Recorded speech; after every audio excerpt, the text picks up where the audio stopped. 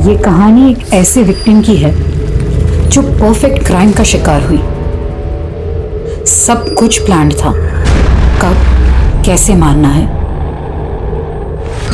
कैसे सबूत मिटाने हैं, हर चीज बारीकी से सोची गई थी। आप सोचोगे मुझे ये सब कैसे पता? मैं ही हूं जिसे मारने के लिए ये चक्रव्यूह रचा गया था।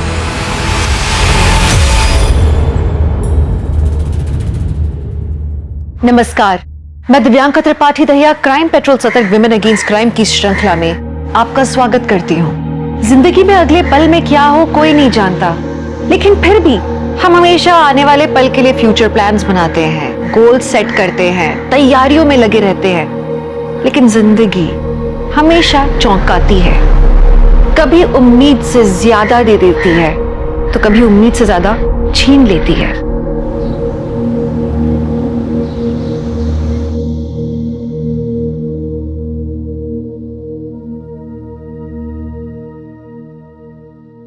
राम राम सा। सरिता रसोई में आप सबरो स्वागत है। आज हमारी रसोई में बनेगा राजस्थान रो पारंपरिक भोजन, दाल बाटी और चूरमा। तो शुरू करते हैं। दाल बाटी बनाने के लिए अनूप क्या कर रहा है? वीडियो खराब कर दिया मेरा। अरे माँ, वीडियो तो रिकॉर्ड भी नहीं हो रही है। हाँ? कैमरे में मेमोरी कार्ड ही नहीं है। मतलब कुछ भी रिकॉर्ड नहीं हुआ ना। अनूप भैया, कौन मानेगा कि मम्मी के चैनल पे 7 मिलियन सब्सक्राइबर्स हैं। हंसना बंद कर दीक्षा, कभी कभी हो जाती है गड़बड़। मुझे तो बस खाना बनाना आता है। सरिता, ये लो गुजिया बनाने का सारा सामान। कल बढ़िया सी वीडियो बनाना गुजिया की। हाँ, वो भी मेमोरी कार्ड डाल के। सरिता, फिर गलती की। एक बार अच्छे से सीख लो।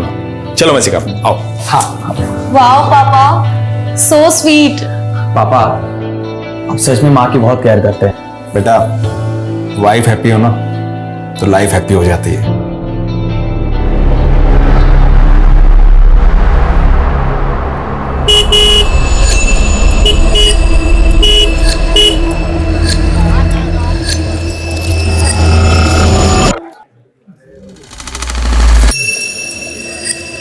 अरे हमको कुछ नहीं सुनना। जब तक हमारी बात बैंक के मैनेजर प्रीतम से नहीं होती तब तक हम यहाँ से नहीं जाएंगे। क्यों भाइयों? नहीं जाएंगे, नहीं जाएंगे। बुला के लेके आओ। नहीं जाएंगे। बाहर भी इतनी भीड़ जमा गई, क्या चाहिए इन लोगों को? एक मिनट भाई लोगों, एक मिनट। हाँ देखो, थे लोग कतई भी परेशान ना हो। था का पीसा बिल्कुल सेफ है हमारा ही बैंक में। ऐसी फेक न्यूज पे विश्वास बिल्कुल भी ना करो। हाँ, और वैसे भी हमारे बैड लोन्स काफी कम हो चुके हैं, तो चिंता की कतई बात ना है। लेकिन हम रिस्क क्यों लें? हम रिस्क नहीं ले सकते। हमारी पूरी जिंदगी की जमा पूंजी इस बैंक में है। हमको हमारा अकाउंट खाली करना है। आप क्यों भाई करना है? सुनिए मेरी बात। मेरी बात सुनिए। आप पैसा चाहिए, आज ही चाहिए। आप मेरी बात।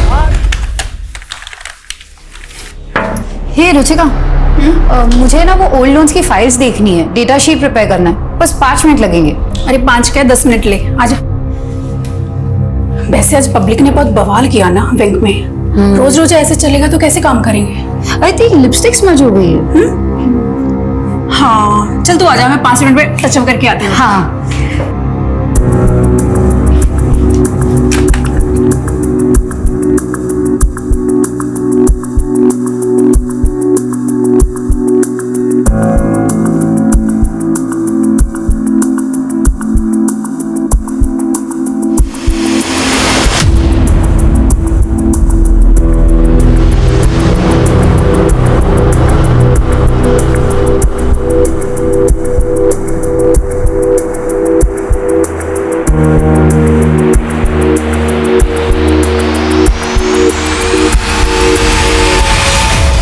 हो गया? हाँ, थैंक यू।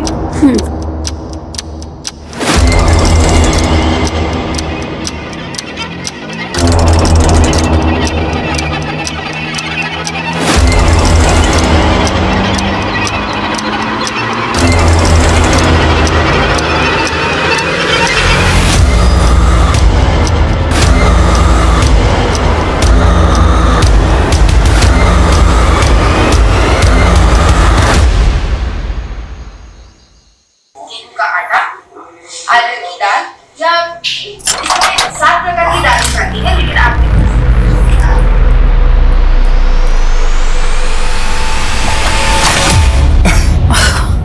डरा दिया तुमने। तुम तो कल आने वाले थे ना। ठीक है, चला जाता हूँ, कल आता हूँ। अच्छा मिस्टर पतिदेव, मैं दिन गिनती हूँ तुम्हारे आने को, तुम चले जा रहे हो। मैं भी तुम्हें बहुत मिस कर रहा था। बाय द वे, मैंने तुम्हारे लिए स्पेशल डिश बनाई है। रियली? वाओ, क्या बनाया तुमने मेरे लिए? दाल बाटी। वो रसोई वाली औरत का वीडियो देख के? हाँ, वो मुझे बहुत पसंद है ना, मतलब वो उसका खाना बनाने का स्टाइल। एक नंबर के फ्लर्ट हो ना तुम। Thanks for complement. फ्रेश हो जाओ।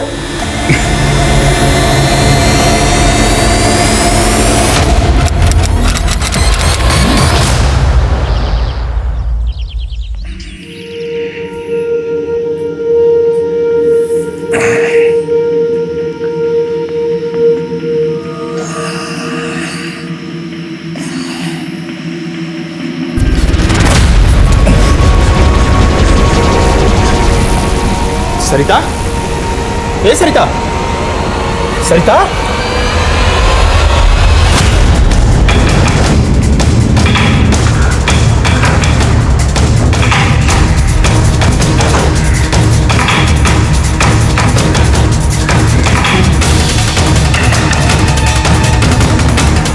सर, विक्टिम का नाम सरिता अग्रवाल है। वो अपने पति नवीन और दोनों बच्चे दीक्षा और अनूप के साथ यहाँ रहती है। इंटरनेट पर कुकिंग क्लासेस चलाती थी, जो कि बहुत पॉपुलर थी। सर, लगता है मौत जहर खाने की वजह से हुई है। रूम में और किचन में जितनी भी खाने की चीजें लैब में भेजो। Okay sir. सर, शायद ये सुसाइड का केस है।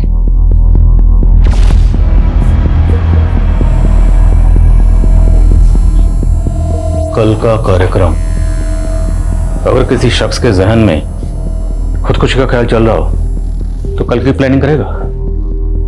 बॉडी को सबसे पहले किसने देखा? मेरे बेटे ने दरवाजा नॉक किया, तब मेरी आंख खुली थी सर। पापा, अनूप आ रहा हूं। क्या हो बेटा? पापा, जयपुर के लिए 2 कैब चाहिए थी माथुर जी को, और ये डिटेल्स भेजी। ममा, ममा, सरिता, ममा, सरिता, पापा, ए सरिता, ममा, सरिता। तो आपकी बीवी की लाश तो ऊपर बेडरूम में पड़ी हुई, बिल्कुल बेड के पास।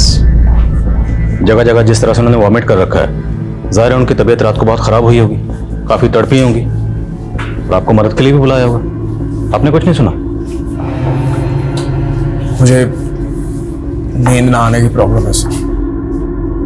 नींद की गोलियां लेके सोता हूँ, शायद इस वजह से कुछ सुनाई नहीं था। नहीं सर, कल रात तक सब कुछ ठीक था। खाना तुम्हारी मम्मी ने बनाया था? जी मैम। तो क्या आपकी मम्मी ने कोई पर्टिकुलर चीज खाई थी जो सिर्फ आपकी मम्मी ने खाई? तुम्हारी मम्मी को कोई तकलीफ थी, कोई परेशानी, डिप्रेशन? नहीं मैम। क्या वो सुसाइड कर सकती हैं? नहीं, मम्मा सुसाइड कर ही नहीं सकती सर, ये इम्पॉसिबल है। उनके कितने बड़े सपने थे। वो अपने कुकिंग के चैनल को आगे बढ़ाना चाहते थे। वो भैया को और मुझे यूएस भेजना चाहते थे हायर स्टडीज के लिए। सब मम्मा सुसाइड नहीं कर सकती।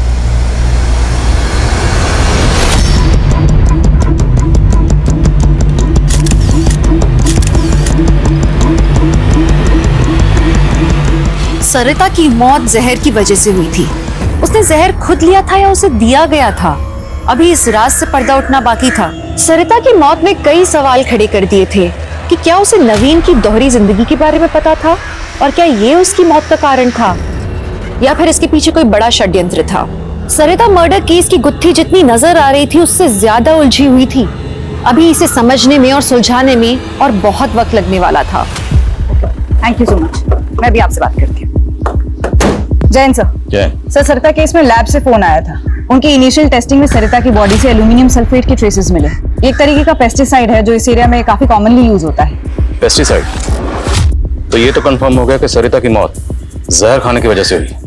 अब सवाल ये है कि सरिता ने ये जहर खुद खाया या किसी ने जबरदस्ती खिलाया? सर, इस तरीके का पेस्टिसाइड आजकल घरों में नहीं मिलता। एरिया में जितनी पेस्टिसाइड की शॉप है या डीलर है, सब जगह इंक्वायरी करो, शायद कोई लीड मिले। जहर की गोलियां खाने की वजह से बीवी ने जान गंवा दी, और शौहर नींद की गोलियां खाकर सुकून से सोता रहा। बुलाओ इस नवीन को। Sir, pesticides? सर, सरिता ऑर्गेनिक फूड में बिलीव करती थी, पेस्टिसाइड्स क्यों खरीदेगी? तो किसने खरीदा? आपने? ये क्या कह रहे हैं सर आप? मेरी समझ में नहीं आ रहा सर। समझ में तो हमें भी नहीं आ रहा। आपकी बीवी बिल्कुल आपके बगल में सो रही थी, रात भर तड़पती रही, जगह जगह वोमिटिंग करती रही। तड़पते तड़पते उसने अपनी जान दे दी और आप चुपचाप सुकून से सोते रहे। आप नहीं समझेंगे सर, कितना आप सोच समझे इस बात का। बहुत प्यार करता था मैं सरिता से। दोनों मियां बीवी में किसी बात को लेकर झगड़ा या मनमुटाव? मम्मी पापा तो जैसे एक दूसरे के लिए बने थे, लड़ते हुए क्या, हमने तो उनको ऊंची आवाज में बात करते हुए भी नहीं देखा था। वैसे भी महीने में 15 दिन तो पापा बिजनेस ट्रिप पर होते थे। तुम्हारे पापा बिजनेस ट्रिप पर कहाँ जाते थे? ज्यादातर कोटा, वहां पर उनकी ऑफिस की एक नई ब्रांच खुली थी। सर एक छोटी सी रिक्वेस्ट थी। बोले। मेरे बच्चों से ज्यादा सवाल जवाब मत कीजिएगा। मैं तो सह लूंगा, लेकिन मेरे बच्चे अब तक अपनी मां की मौत का सदमा नहीं झेल पाए। Thank you.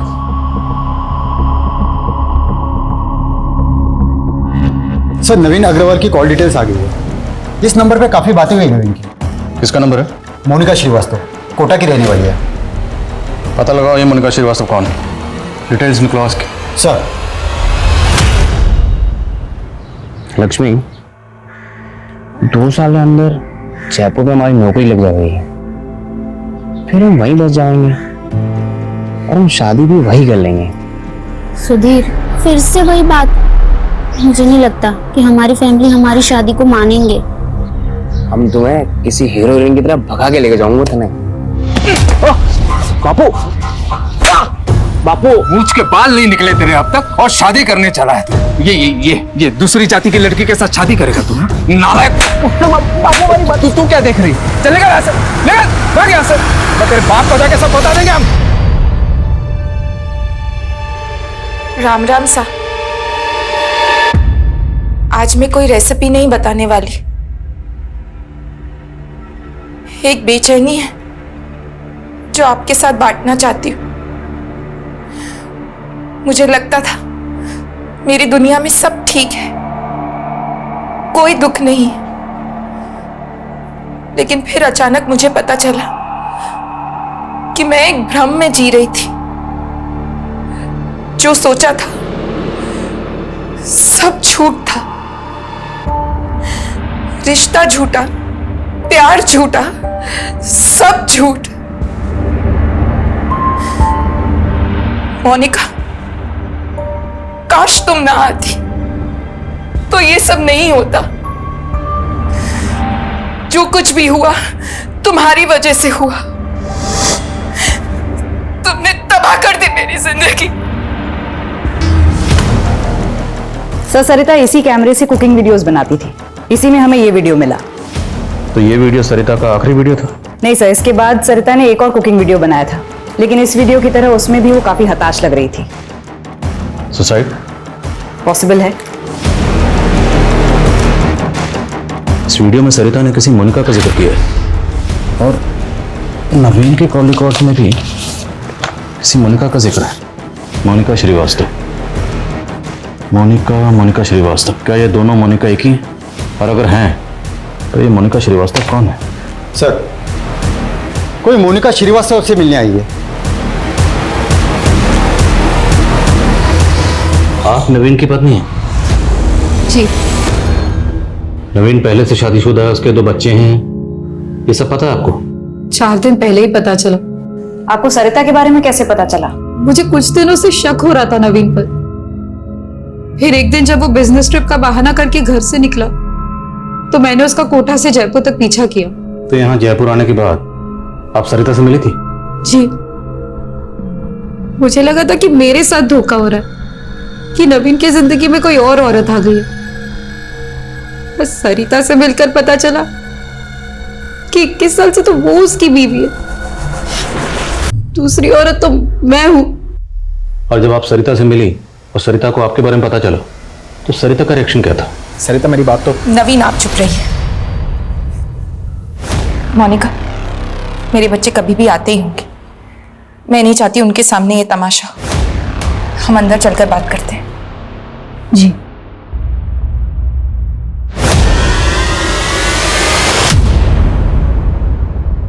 तुम्हारा गुस्सा समझ सकती हूँ मोनिका, लेकिन मैं तय नहीं कर पा रही हूँ कि मुझे क्या करना चाहिए।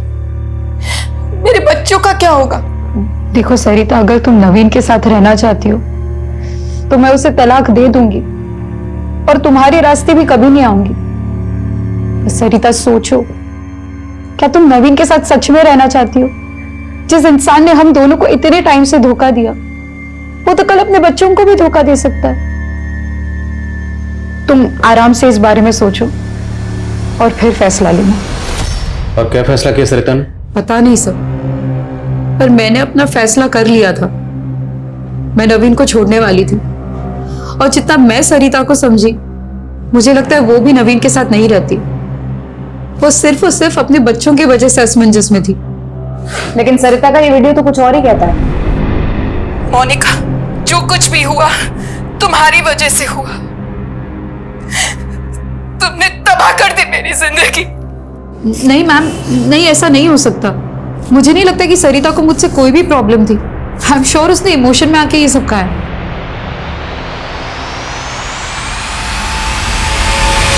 तुम बिल्कुल चिंता मत करो, मैं और तुम्हारे जीजाजी हमेशा तुम्हारे साथ है मोनिका। ये लीजिए, आप लोग नाश्ता कर लीजिए पहले। ये ले। हाँ नहीं दीदी। अरे अच्छा, कुछ दूसरा बनाओ तेरे लिए। बोल। भूख नहीं है ज्योति दीदी। कुछ दिनों पहले तक मैं कितनी खुश थी। एक पति था जो सिर्फ मुझसे प्यार करता था, वो तो चला गया और ऊपर से ये पुलिस का चक्कर। सरिता ने भी अपनी वीडियो में मेरा ही नाम लिया। कहीं पुलिस मुझे इस चक्कर में फंस। अरे मोनिका, बेकार फिक्र कर रही, ऐसा कुछ भी नहीं होगा, चिंता मत करो। और देख, सरिता की मौत की जिम्मेदार ना तू बिल्कुल नहीं है। हाँ, वो नवीन जरूर है, समझी? फिक्र मत कर, हम हैं। जीजा जी, अगर पुलिस मुझ पर ही अबेटमेंट ऑफ सुसाइड का चार्ज लगाती है तो आप मेरा केस लड़ेंगे ना? अरे ये भी कोई पूछने वाली बात है? और ऐसा कुछ भी नहीं होगा, फिक्र मत करो। मतलब अगर ये पता चल जाता है कि सरिता ने खुदकुशी की थी तो मोनिका को जेल हो जाएगी? अगर खुदकुशी साबित हुई तो, और फिर मैं हूं ना उसका केस लड़ने के लिए, मोनिका को कुछ नहीं होने दूंगा। अरे मुझे उस मोनिका की टेंशन नहीं है, मुझे ज्यादा टेंशन उस पुश्तैनी जायदाद की है जो इस मोनिका के नाम पर है। और अगर ये मोनिका जेल चली जाती है तो उन पेपर्स पर कौन साइन करेगा, बोलो? बहुत लालची हो रही हो तुम। हाँ, मतलब अपनी बहन मोनिका की फिक्र नहीं है तुम्हें, बल्कि उस प्रॉपर्टी।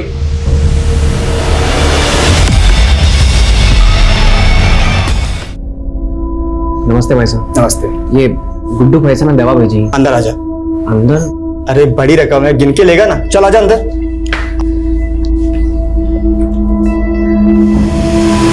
रुक, वही भागना मत, रुक वहीं पे खड़े रहे। बॉक्स भाई साहब, क्या बॉक्स खोल। सीधी खोल दो। ये देखिए साहब जी, मुझे नहीं पता इसमें ये क्या था साहब जी। ले चलो इसे। साहब जी, मुझे गुड्डू भैया ने भेजा है, मुझे गुड्डू भैया ने दवाई दी थी साहब जी, मेरा इसमें कोई कसूर नहीं है साहब जी।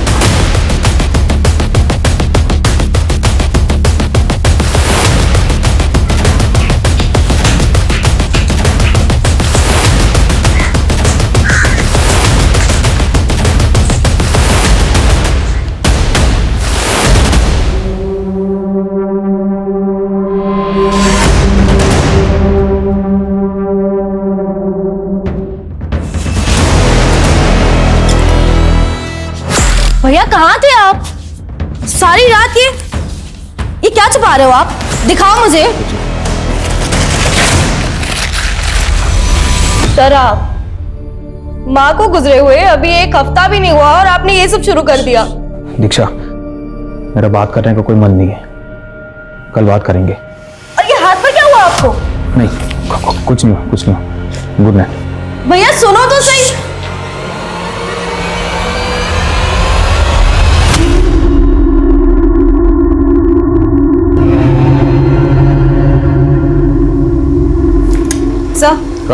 सर, सरिता की डिटेल पोस्टमार्टम रिपोर्ट आ गई है। रिपोर्ट के मुताबिक सरिता की बॉडी से पेस्टिसाइड का हैवी डोज मिला है, 3 टैबलेट्स जितना हैवी। सर, ये पॉसिबल ही नहीं है कि इतना हैवी डोज खाने में मिलाकर दिया जाए और खाने वाले को पता ही ना चले। घर से ये फूड आइटम्स कलेक्ट किए थे, उसमें कुछ मिला? नहीं सर, किसी भी खाने की चीज में किसी भी तरीके का पेस्टिसाइड का ट्रेस नहीं मिला है। डॉक्टर्स का कहना है कि इतनी हैवी डोज देने के बाद सरिता को वॉमिट होनी ही होनी थी, लेकिन वो कुंभकर्ण नवीन वो वहीं सोता रहा, उसकी आंखें नहीं खुली। तो हो सकता है सरिता को पेस्टिसाइड्स इस नवीन ने दी। सर अगर ये नवीन कॉमन थ्रेड है तो मोनिका की मौत का पैटर्न बिल्कुल अलग है। उसकी मौत गला घुटने की वजह से हुई। वो तो होना ही था। 2 औरतों का कत्ल हुआ और जिन 2 औरतों का कत्ल हुआ वो दोनों की दोनों नवीन की बीवियां हैं। अब अगर वो दोनों को एक ही पैटर्न से मारता तो सीधा सीधा शक इसी पे जाता। शातिर खिलाड़ी। अब इससे इसी के तरीके से पूछताछ करनी पड़ेगी। सर मेरी नवीन की बेटी दीक्षा से बात हुई थी। उसका कहना है कि नवीन रात से घर ही नहीं आया। कहीं ये नवीन फरार तो नहीं हो गया है? सर नवीन अग्रवाल आया। बापू बापू मुझे माफ कर दे बापू, मार से गलती हो गई बापू। गलती तो मुझसे हुई है। उस दिन मैंने कुछ ज्यादा ही सख्ती बरत दी थी तुझ पर। बापू मैं जाएगा पानी।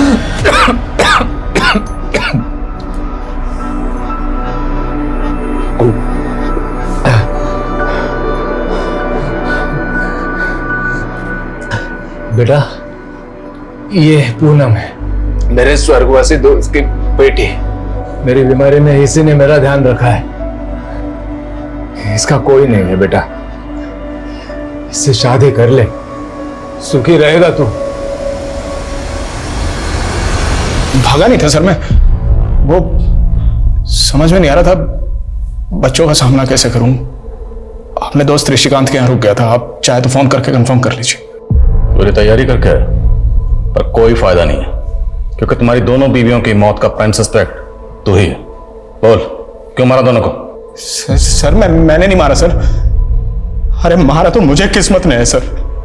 21 साल का था मैं, सिर्फ 21 साल का सर। मेरे राक्षस बाप ने उस सरिता को मेरे गले बांध दिया था।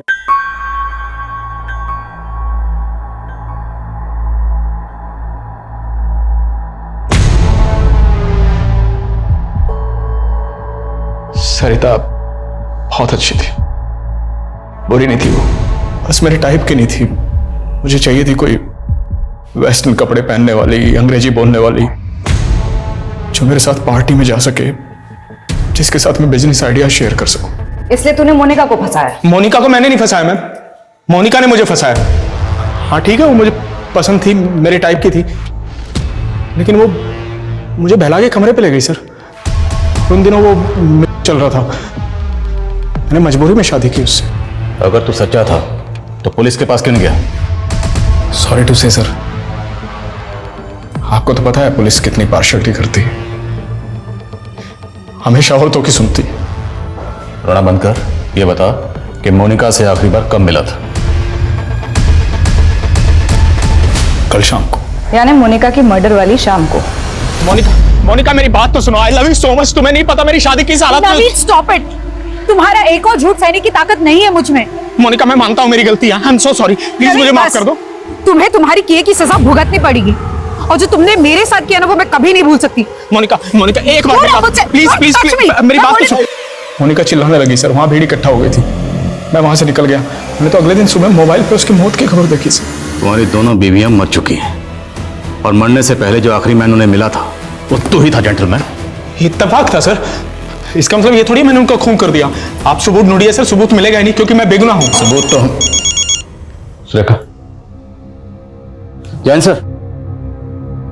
जी सर। नवीन तुम्हारे भले के लिए कह रही हूं, जो भी जानते हो सच सच बता दो, वरना इस केस में तुम बहुत बुरे फंसोगे। Surekha ji,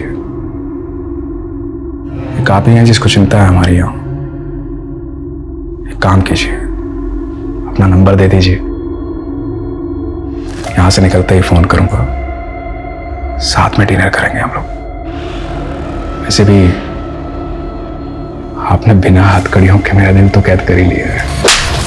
sir postmortem report. Sir Monica की मौत गला घोटने की वजह से ही हुई थी, और वो भी उसी के दुपट्टे से। सर उसके ब्लड में अल्कोहल और स्लीपिंग पिल्स के ट्रेसेस भी पाए गए हैं। एक बात और सर, मोनिका के प्राइवेट पार्ट में सीमेंट के ट्रेसेस भी मिले। व्हाट? Yes sir. और बदन पे कोई खरोच या जोर जबरदस्ती के निशान? No sir. मोनिका के ब्लड में अल्कोहल और स्लीपिंग पिल के ट्रेसेस, मतलब जिस वक्त उसकी मौत हुई वो बुरी तरह से नशे की हालत में थी। कोई जोर जबरदस्ती नहीं हुई थी, रेप तो नहीं हो सकता। Right sir. और सर पोस्टमार्टम रिपोर्ट के मुताबिक उसने रात को कुछ भी नहीं खाया था सिवाय चने के।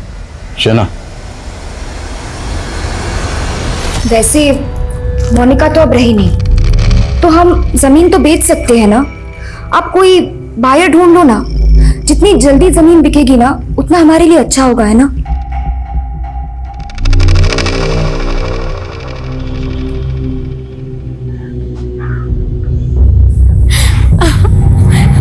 नहीं जाने दो। नहीं मजा आ रहा है। नहीं नहीं नहीं।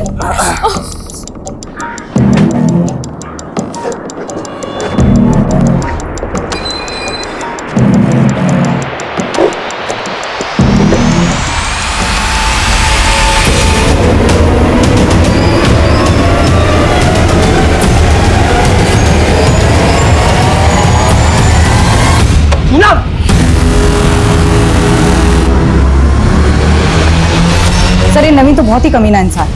न इसे अपनी दोनों बीवियों के मरने का दुख है, न अपने किए का पछतावा, और न दोनों बच्चों की फिक्र। सर निहायत ही मतलबी आदमी है, सिर्फ अपने बारे में सोचता है। हाँ, लेकिन हमारे पास इसके खिलाफ कोई ठोस सबूत नहीं है। बिना सबूत के उसे ज्यादा वक्त तक यहाँ नहीं रख सकते। सर लेकिन हम उसे सर मोनिका की कॉल डिटेल्स। सर वारने से एक दिन पहले मोनिका की अजमेर के एक बैंकर से बात हुई, और सर उसने एक कैब ड्राइवर योगेंद्र को भी कॉल किया था। मेरी योगेंद्र से बात हुई है सर, उसने कंफर्म किया है कि वो मोनिका को अजमेर एक बैंक में लेकर गया था और उसके बाद उसने यहाँ जयपुर लाकर उसे छोड़ दिया था। मोनिका वाज बैंकर, तो हो सकता है अजमेर अपने किसी बैंक के काम से गई हो। नहीं सर, यही तो इंटरेस्टिंग बात है सर।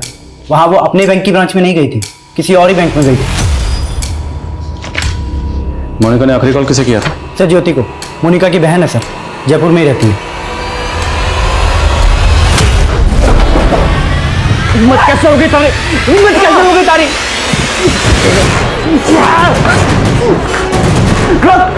रुक कमीने!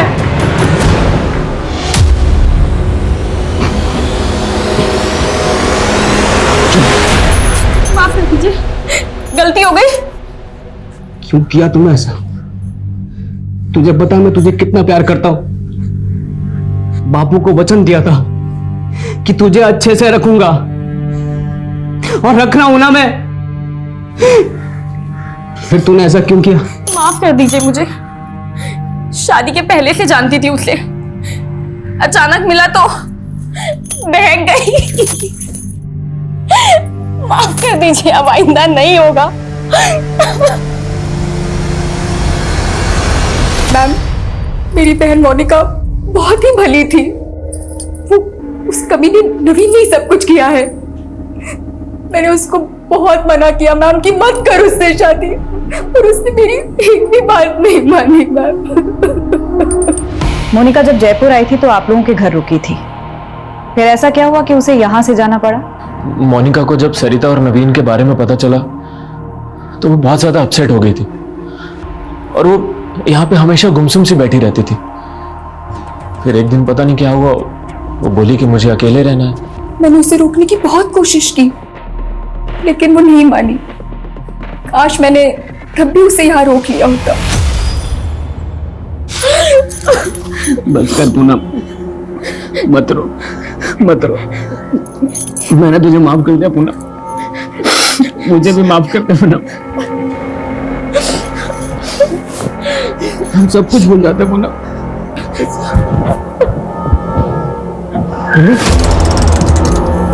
सर यही बचाओ! बचाओ! बचाओ! बचाओ! क्या कर रही है तू? बचाओ! पूनम खून बह रहा, पागल। बचाओ! हट जा पूनम। पूनम क्या कर रही है? बचाओ! छोड़ उसे। तू क्या कर रहे हैं यहाँ पे? देखा सर क्या किया इसने? सर ये सर रोज ही मारता है पूनम को, और सर मैं बचाने गया तो मुझे भी मारा। तुम चुप क्यों पूनम, बताओ ना सर को। जी, ये मुझे बहुत पीटता है, कभी बेल्ट कभी चप्पल जो दिख जाए।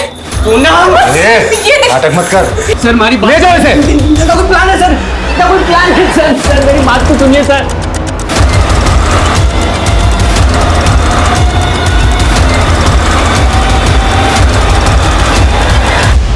यस सर, मोनिका श्रीवास्तव आई थी यहाँ कुछ दिन पहले, लेकिन अपना लॉकर यूज करने आई थी सर। लॉकर में ऐसा खास क्या था? और खास था भी तो उसने अपने बैंक के लॉकर में क्यों नहीं रखा? Sir, need to check the locker. Sir उसके लिए हायर अथॉरिटी से परमिशन लेनी पड़ेगी। ऑफ कोर्स, मैं आपके प्रोसीजर से वाकिफ हूँ। Thank you very much. मैं जल्द से जल्द परमिशन निकलवा के आता हूँ। Thank you so much.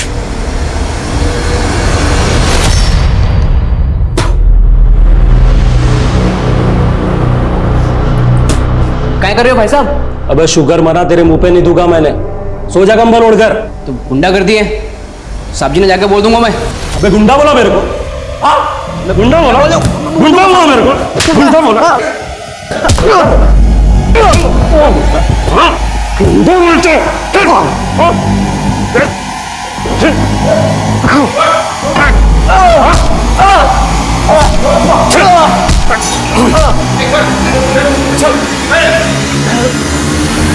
Sudhir एक मुसीबत से निकलता तो दूसरी में फंस जाता। सर पे चोट लगने की वजह से उसे जेल से अस्पताल में शिफ्ट किया गया। दूसरी ओर मोनिका के केस में जयपुर से अजमेर पहुंची पुलिस को फाइनली मोनिका का लॉकर खुलवाने की परमिशन मिली और एक ऐसा एंगल सामने आया जिसके बारे में पुलिस ने पहले सोचा ही नहीं था।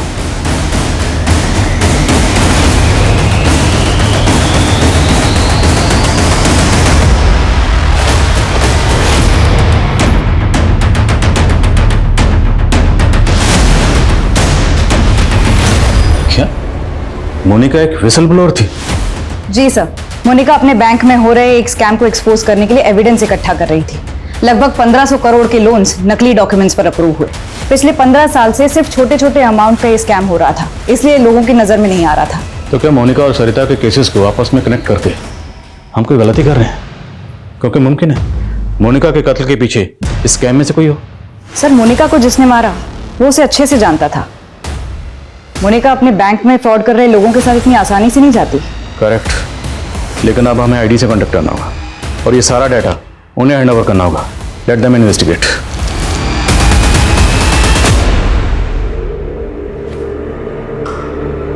देख रहे काम कर मैडम।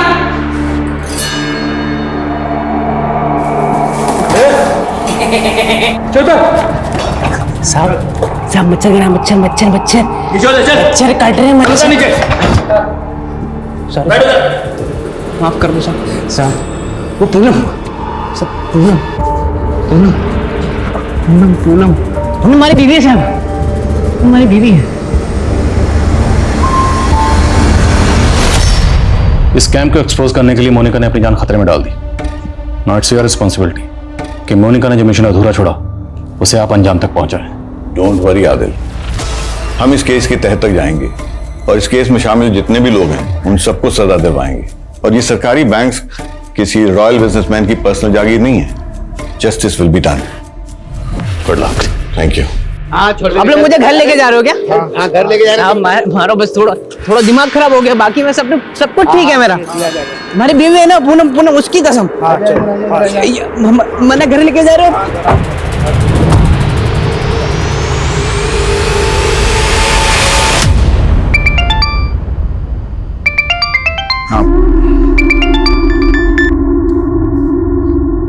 सॉरी मेरी जान, बहुत दिन हो गए ना बात हुए, लेकिन जल्दी मिलने आ रहा हूँ मैं। अब कोई जरूरत नहीं आने की। मैंने तुमसे शादी इसलिए नहीं की थी कि तुम मुझसे बार बार दूर जाओ।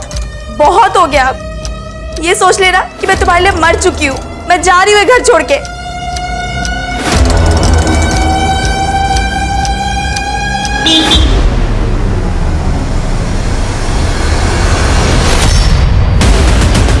सर आप मेरी बात सुनिए सर, मैंने कोई स्कैम नहीं किया है सर। सर आप कहाँ लेके जा रहे हैं मुझे? सर मेरी बात तो सुनिए। अरे ज्योति, हाँ अरे डील हो गई है फाइनल। कल पैसा मिल जाएगा हमें एडवांस। अच्छा हाँ सर, अशोक नाम का एक कांस्टेबल है, चुरू से यहाँ पोस्टिंग होकर आया है। सर उसने एक मर्डर केस के बारे में बताया। सर ये 10 साल पुराना केस है। मेरी पोस्टिंग जयपुर में ही एक दूसरे थाने में थी। तब वहाँ पर प्रियंका नाम की 24 साल की लड़की का केस आया था। उस दिन जब मैं मोनिका की पोस्टमार्टम रिपोर्ट देख रहा था तो फौरन मुझे ये केस याद आया। उसके इंटेस्टाइन में चने मिले थे, बियर की बोतल भी मौका वारदात पर मिली थी। विक्टिम के साथ सेक्स हुआ था, रेप नहीं। और जहाँ पर विक्टिम की बॉडी मिली थी उसे वहाँ नहीं कहीं दूसरी जगह पर मारा गया था, ठीक मोनिका की तरह। उस केस में मुजरिम पकड़ा गया था? नहीं सर। जब तक ये केस सॉल्व नहीं हो जाता हम चैन से नहीं बैठेंगे। आई थिंक हमें इस केस को देखने का नजरिया बदलना पड़ेगा। शायद ये किसी सीरियल किलर का काम है जो अलग अलग औरतों को मारता है लेकिन एक सेम पैटर्न से। पिछले 10 साल में राजस्थान में जितनी भी औरतों का कत्ल सेम पैटर्न से हुआ वो सारे केसेस खंगालो। Okay sir.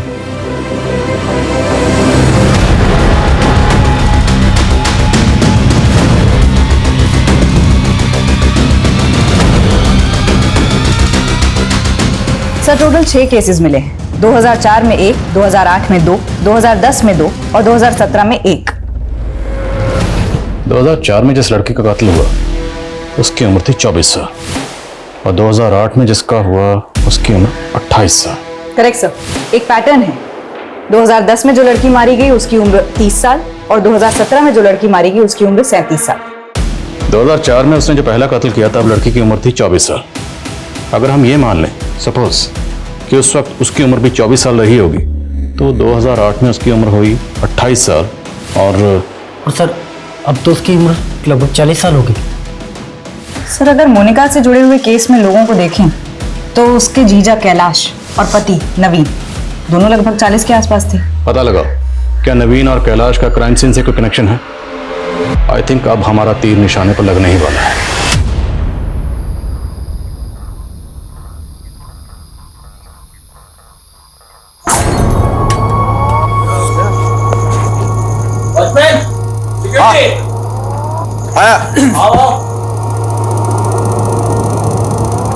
हो गया हुआ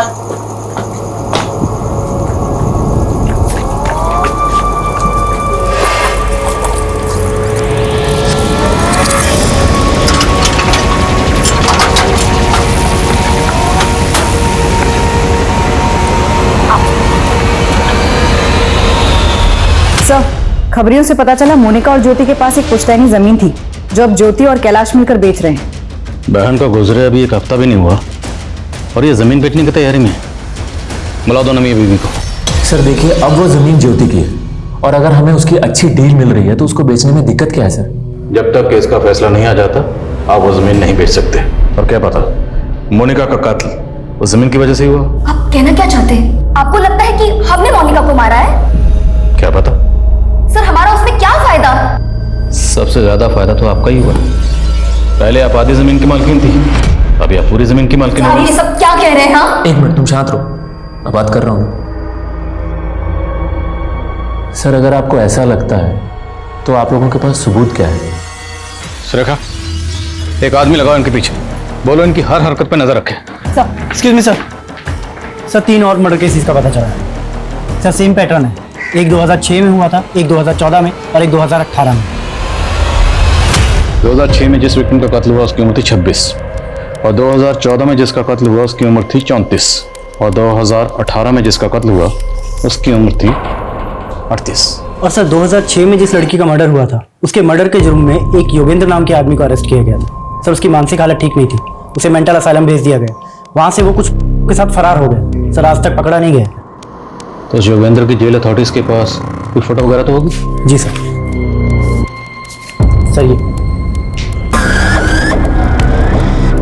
अब ऐसे मेंटल असाइलम भेजा गया तो जाहिर है इसके साइकोलॉजिकल टेस्ट भी होंगे। सर ये भी हो सकता है कि कोई इस योगेंद्र का पैटर्न कॉपी कर रहा हो। ये भी हो सकता है, लेकिन अब यहाँ तक पहुंचे तो एक चांस तो लेकर देखते हैं। पता करो कि इस योगेंद्र का विक्टिम से क्या कनेक्शन है। और इसकी तस्वीर तकरीबन 14-15 साल पुरानी है, तो योगेंद्र आज कैसा दिखता होगा। सालों पुराने केसेस खंगाले जाने लगे, पुराने कैदियों से पूछताछ हुई, पुलिस की खोज का दायरा बहुत ज्यादा बढ़ चुका था। ये घास के ढेर में सुई ढूंढने जैसा था, लेकिन पुलिस डटी रही और उन्हें एक सुराग मिला। ये देखिए सर, इस वीडियो में मोनिका गाड़ी में जाती हुई दिख रही है। थोड़ा जूम करने पर गाड़ी का नंबर प्लेट और ड्राइवर का चेहरा साफ दिख रहा है। थोड़ा जूम कर।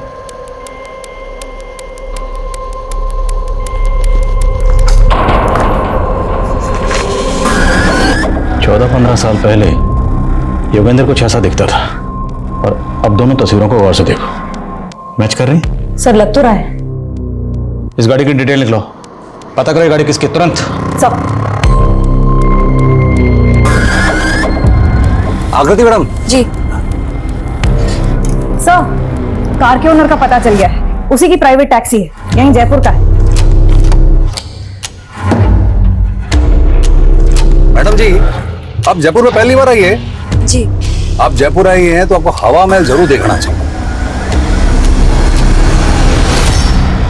सर अभी अभी मेरी कैब ऑनर से बात हुई है। उसका कहना है सीसीटीवी में जो मोनिका के साथ कैब ड्राइवर है उसका नाम दिलीप है। उसकी उम्र 40 साल है और हाँ, थोड़ी देर पहले एक सवारी लेकर जोधपुर के लिए निकला है। इस दिलीप की तस्वीर जोधपुर हाईवे पर सब जगह सर्कुलेट करवा। सारे टोल नाका, सभी पेट्रोलिंग टीम, सबको अलर्ट भेजो। कहीं भी ऐसी कोई भी कार नजर आए हमें तुरंत इन्फॉर्म करें।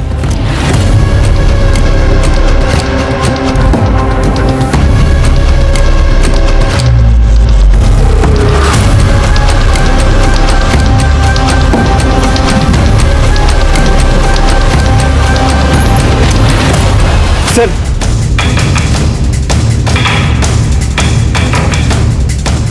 सर गाड़ी ने अभी अभी जोधपुर हाईवे से लेफ्ट टर्न लिया है। नजर रखो उस पे और फॉलो करते रहो उसे। Okay sir.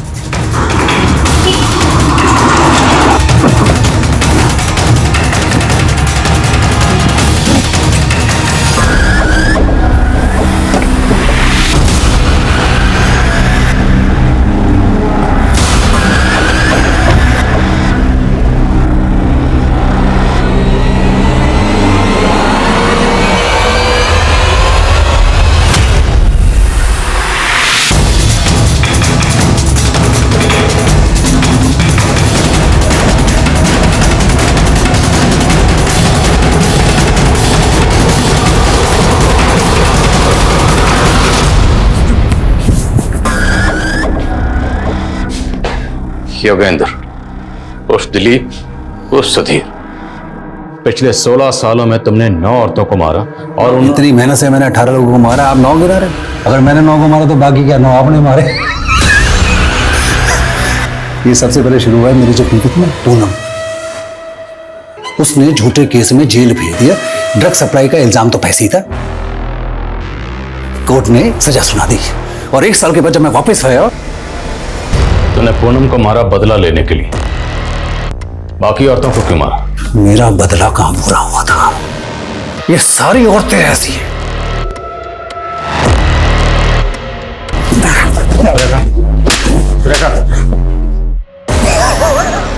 और जेल अथॉरिटीज ने तुझे जो मेंटल असाइलम भेजा था वो सब मैं जब पकड़ा गया तो ये तरकीब मुझे एक पुराने कैदी ने बताई। सब मैंने भी कमाल किया। ठीक है,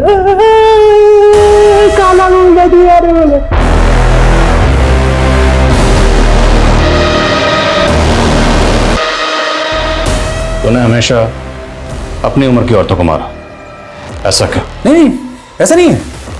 जो जगह मिलती गई पटाता गया, मजे लेता गया, मारता गया, लेकिन सब में एक चीज कॉमन थी। ये या तो अपने पति से परेशान थी या बॉयफ्रेंड से ब्रेकअप था या अकेली थी। मोनिका की तरह। मोनिका को मैं पहली बार मिला जयपुर से अजमेर के रास्ते में। उसे कैब हायर की थी। वो आगे वाली गाड़ी का पीछा करना। मारे को वो पहली बार में पसंद आ गए थे, लेकिन उसके पति ने उसके साथ धोखा किया था तो वो बहुत उदास थी। पति की जासूसी कर रही थी। मैंने उसको बहुत हंसाने की कोशिश की लेकिन बात नहीं बनी। फिर एक और दिन मौका हाथ लगा।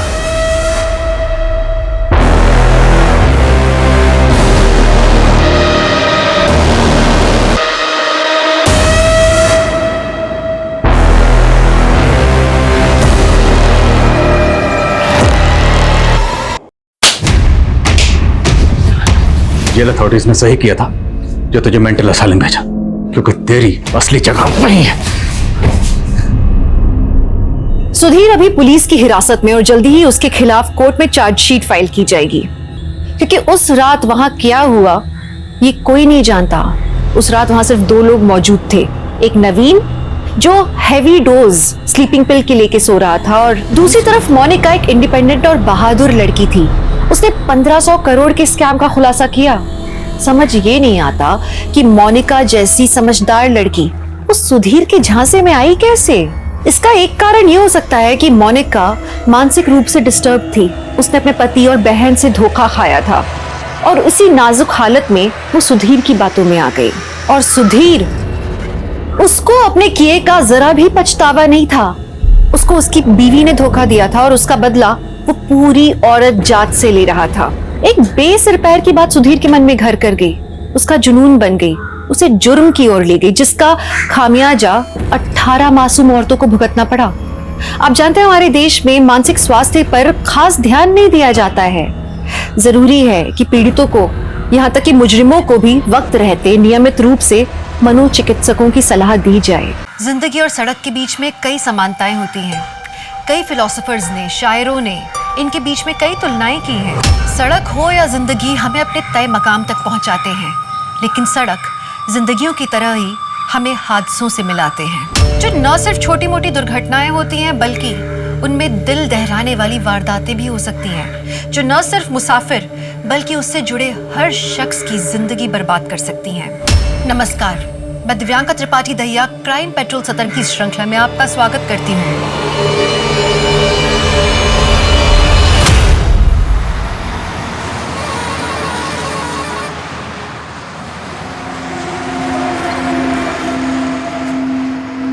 और क्या लाओ साहब? क्या खाना बनाया है यार, मन करता है बनाने वाले का हाथ चूम लो। जाओ चूम लो, बुढ़िया है 6 महीने से बना रही है। एक काम कर, तू ही चुम ले। क्या साहब? एक सेम प्लेट ऐसा पार्सल दे देना, घर ले जाऊंगा यार, बीबी खुश हो जाएगी। जरूर जरूर जरूर। चंद्रिका दी, आपके खाने की बहुत तारीफ हो रही है, बस यही स्वाद बनाए रखना, अगले महीने में आपकी पगार भी बढ़ा दूंगा।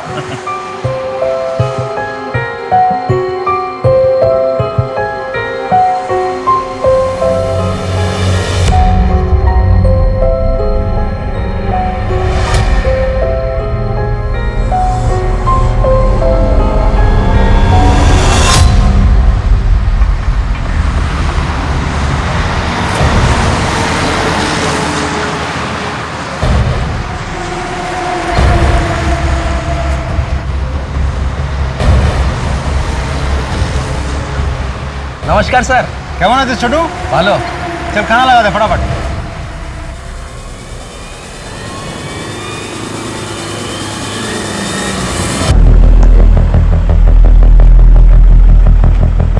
अरे भैया, बरेपुर तक जाना है। 500 रुपए लगेगा भैया, हमेशा 150 में जाता हूँ, अब 200 ले लेना। अरे भाई इतना ही लगेगा, आगे अगर 2-3 आदमी मिलेंगे तो आधा आधा बांट लेना। भैया एक घर में कॉल कर दूँ? हेलो, हाँ हमें गाड़ी मिल गई है, हम सीधा घर ही आएंगे। हाँ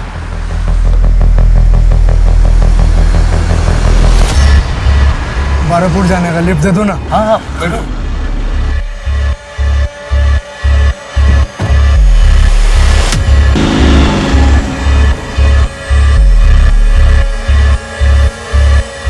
भैया थोड़ा साइड कर दो यार, बहुत जोर की पेशाब लगी है, साइड कर दो।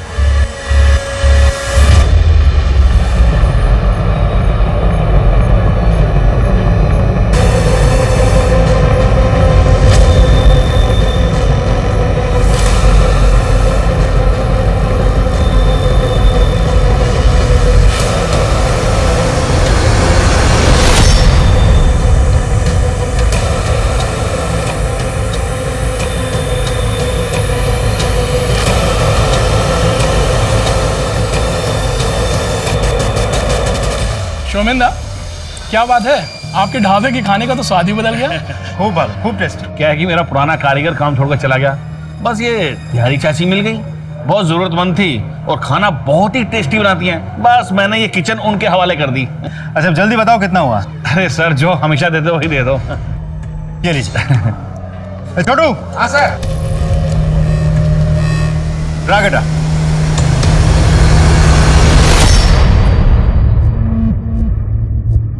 चंद्रिका दी, पुलिस वाला आपके बारे में पूछ रहा था। अरे बोल रहा था कि आप खाना बहुत स्वादिष्ट बनाती हैं।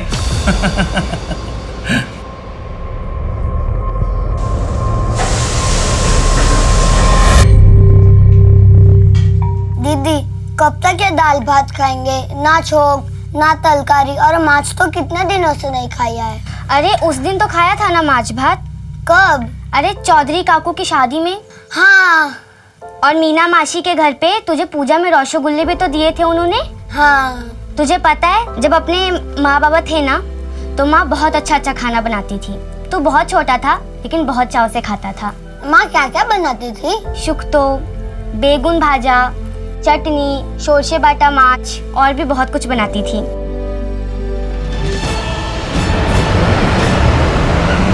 साबी मेरे पति हैं, टैक्सी चलाते हैं, सब कोलकाता गए थे लेकिन 2 दिन से घर वापस नहीं लौटे। इनका फ़ोन भी बंद आ रहा है और मैंने इनके सारे दोस्तों से भी बात की लेकिन कुछ पता नहीं चला। साहब मैं आपके हाथ जोड़ती हूँ, प्लीज़ मेरे पति को ढूंढ लाइए। देखिए आप रोइए मत, एंड डोंट वरी, हम पूरी कोशिश करेंगे आपके हस्बैंड को ढूंढने की। एक काम करो, इनकी एफआईआर दर्ज करो और इनसे इनके पति का मोबाइल नंबर लेके उसे सर्विलेंस पे डाल दो। अब देख तुझे कैसे आउट करता हूँ। आउट है, तू आउट है। तूने चीटिंग की मेरे साथ, अब तो तू गया। करेगा अगली बार चीटिंग। की करो छो, रुको। मैं बाबा को बोल दूंगा, वो तुम भिखारियों को इस गली से ही भगा देंगे, फिर जाकर रहो नदी के उस पार। नहीं राजा, ऐसा मत करना। मिंटू बदमाश, कितनी बार कहा कि मारपीट मत किया कर। चल सॉरी बोल राजा को। सिर्फ माफी से काम नहीं चलेगा। सबके सामने तूने मुझे मारा, अब सबके सामने ही तुझे मुझसे मार खानी पड़ेगी, हारना पड़ेगा। पर राजा मिंटू सॉरी बोल रहा है ना। बाबा अच्छा सुनो, मिंटू नहीं मान रहा तो तुम मुझे मार। अरे रुक, मैं तुझसे मार भी खा लूंगा और हार भी जाऊंगा।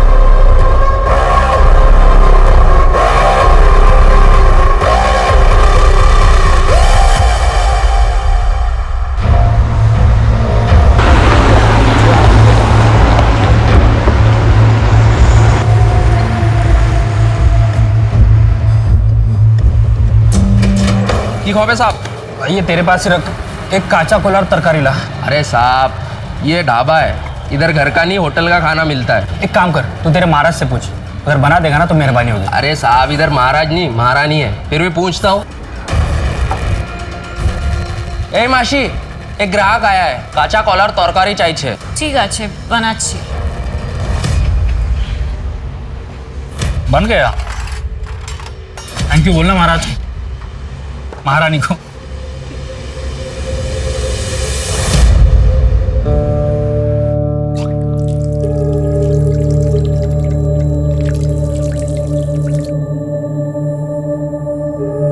आपका 80 টাকা হয়েছে।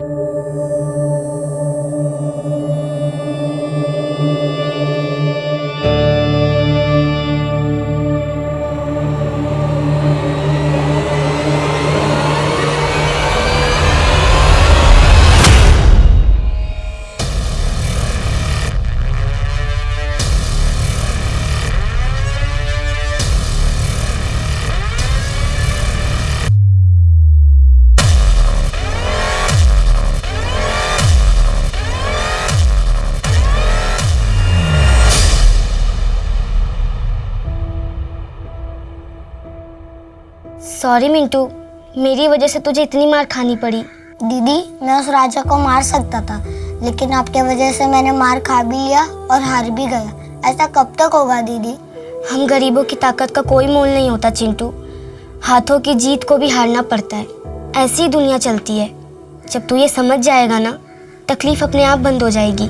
दीदी आप तो समझ गई है, फिर भी आपको तकलीफ होती है ना? बहुत बड़ा हो गया है रे तू। चल अब जल्दी से सो जा, बड़े होकर के क्या क्या करना है उसके सपने भी तो देखने हैं ना।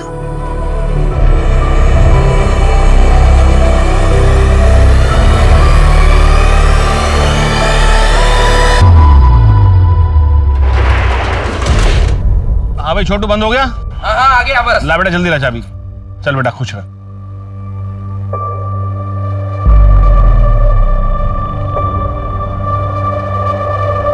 क्या बात है छोटू सेठ, लगता है अच्छी टिप मिली है। हाँ फिर तो क्या बोलता है, चलें मस्त मूड बनाते हैं, मौका भी है, दस्तूर भी है। और अबे तेरे अम्मा की उम्र की है, चल अपने उम्र की ढूंढते हैं। यस ये हुई ना बात। चल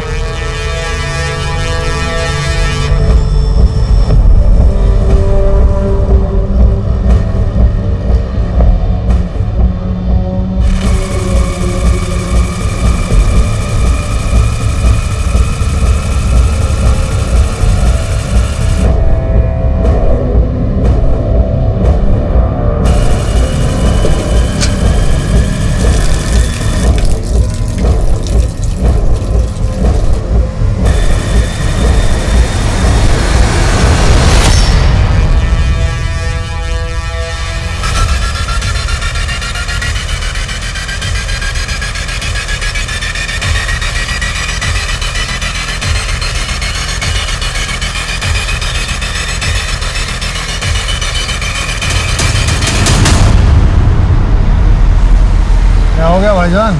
भाई आज कुछ ज्यादा ही खाना खा लिया, पेट गुड़गुड़ कर रहा है। भाईजान मैं भी चलता हूँ, पेट तो भारी मेरा भी है। चल भाई चल।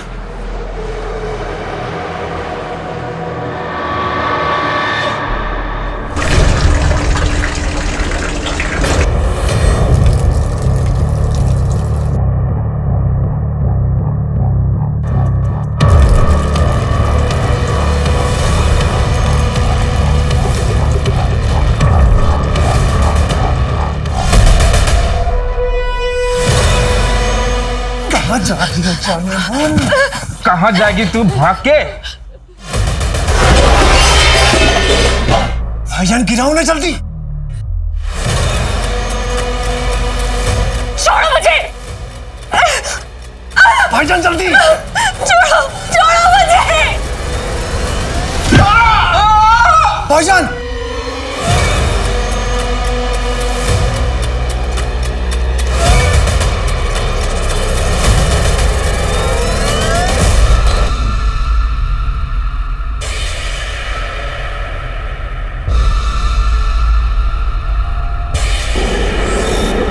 रुको रुको रुको रुको रुको।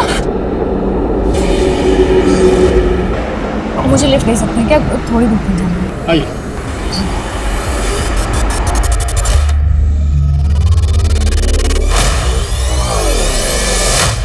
ऐसी क्या वजह थी कि एक जवान लड़की को एक बुजुर्ग महिला के भेस में काम करना पड़ रहा था?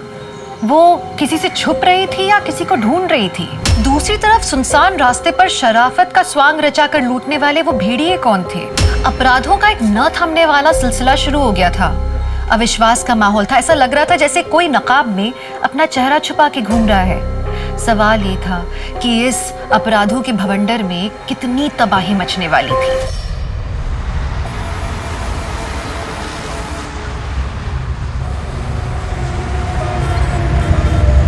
मासी, अरे बाप रे, चंद्रिका मासी, मासी, चंद्रिका मासी, मासी,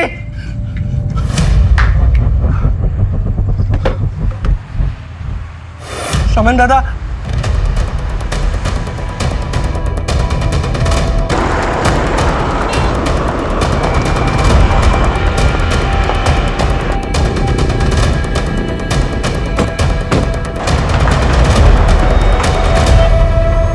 आप ही ने फोन किया? जी सर, मैं ढाबे का मालिक शुमन। सर वो वहाँ खड़े ट्रक का ड्राइवर था, वो उसके साथ एक क्लीनर भी था। रात उन्होंने खाना खाया और वहीं ट्रक के पास ही खटिया डालकर सो गए। सुबह ये छोटू आया तो उसने देखा कि किचन के पीछे ड्राइवर की लाश पड़ी है। ढाबे में और कोई था? हाँ साहब, वो चंद्रिका मासी रहती है मगर वो भी गायब है। सर चंद्रिका हमारे ढाबे पर काम करती है। सर वही चंद्रिका बुढ़िया जो आप पिछले हफ्ते खाना खाया था, आपने कहा था बहुत स्वादिष्ट है। महेंद्र आसपास चेक कर।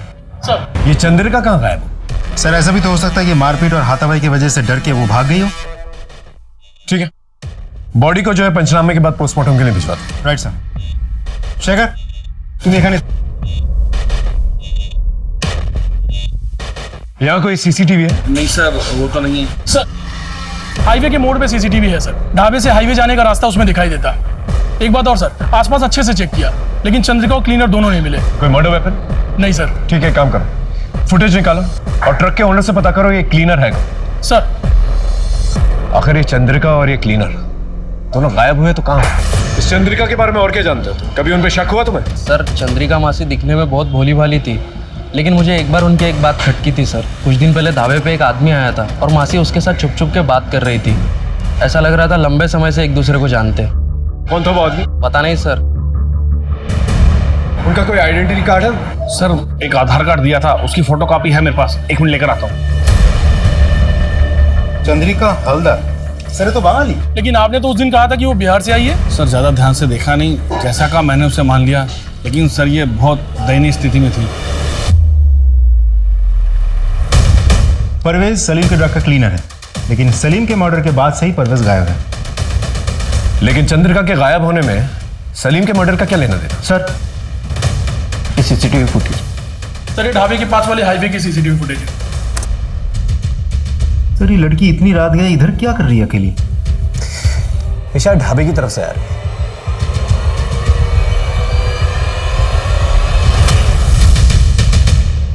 एक काम करो, इसके फोटोज जो है ढाबे के मालिक को और वहां पर काम करने वाले लोगों को दिखाओ, कोई ना कोई इसे जानता होगा। और ये ट्रक शहर की तरफ जा रहा है, इसकी भी डिटेल्स निकलवा। एक काम करो, चंद्रिका के आधार वाले एड्रेस पे जाओ, वहां से कुछ क्लू मिलेगा। सर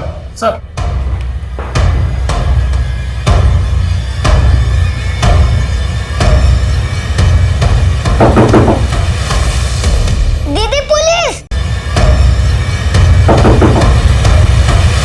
दीदी पुलिस। बेटा माँ को बुलाओ। माँ तो नहीं है। बाबा? वो भी नहीं है। अच्छा, घर में कोई और है? कोई नहीं है। अच्छा, इन्हें जानती हो? यहीं पर रहती हैं? नहीं। बेटा? नहीं अंकल। इन एड्रेस तो यहीं का लिखा है। वैसे तुम्हारे माँ और बाबा हैं कहाँ? वो तो 10 साल पहले ही भगवान के पास चले गए। अच्छा बेटा, तुम्हारी माँ का आधार कार्ड है? हाँ है ना। लेके आओ।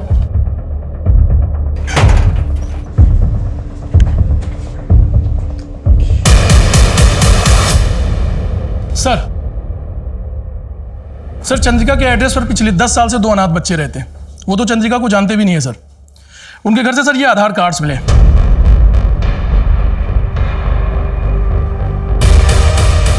चंद्रिका?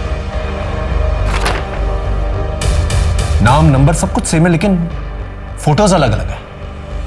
इसका मतलब वो बूढ़ी औरत इस आधार कार्ड का इस्तेमाल करके वो ढाबे पे काम कर रही थी। लेकिन क्यों? ये चंद्रिका की मिस्ट्री बढ़ती जा रही है। आखिर ये है कौन और गई कहां?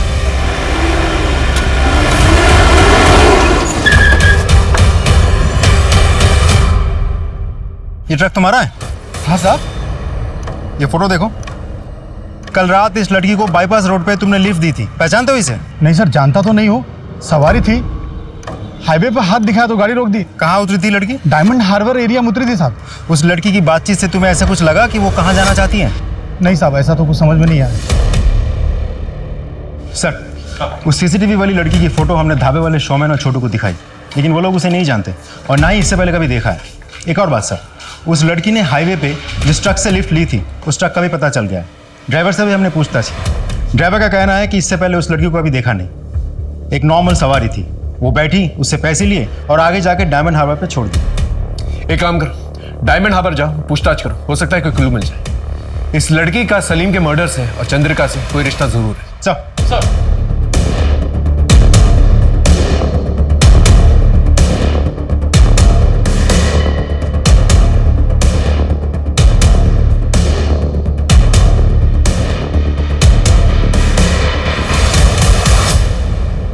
टिया, टिया,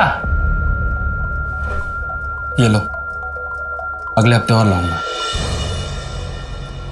पर इतने से एक हफ्ते में गुजारा कैसे चलेगा? शुक्र मनाओ, इतना तो मिल रहा है, वरना भूखा मरना पड़ता।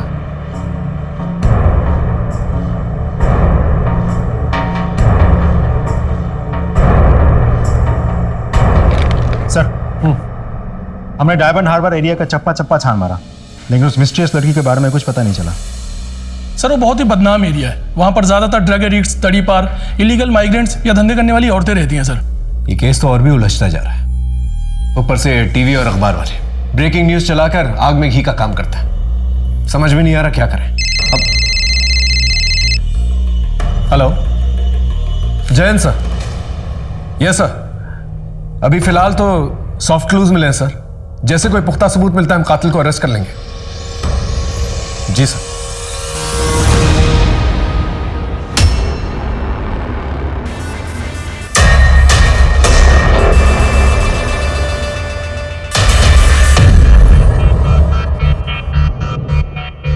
शौमेन दादा, शौमेन दादा। हेलो सर, मैं वेलकम ढाबे का मालिक शौमेन बोल रहा हूँ। हाँ शौमेन बोलो। वो ट्रक का मिसिंग क्लीनर पानी की टंकी में मिला है। क्या? सर वो बहुत जख्मी है, उसकी हालत बहुत खराब है। तुम लोग तुरंत उसे पास वाले हॉस्पिटल में लेके जाओ। আমরা এখনই আসছি। डॉक्टर साहब।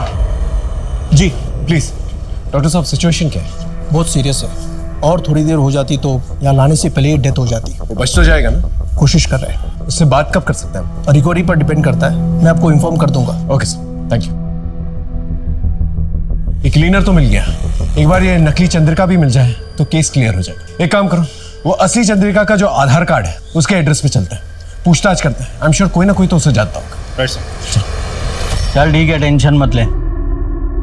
अरे बोला ना एक बार काम हो जाएगा। चल फोन रख। पिस्टल चाहिए। कैसे हैं?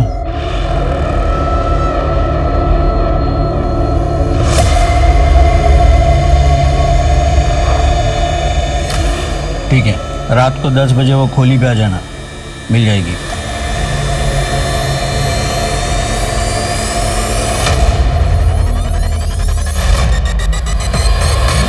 नहीं, गाड़ी मत रुकना। मजबूर सा लगता है, शायद उसे किसी मदद की जरूरत हो। सर, माँ बहुत बीमार है, डॉक्टर को बुलाने जा रहा हूँ पर कोई लिफ्ट नहीं दे रहा। क्या आप प्लीज? अच्छा, रोइए मत, बैठिए आप, कुछ नहीं होगा आपकी माँ को। धन्यवाद सर।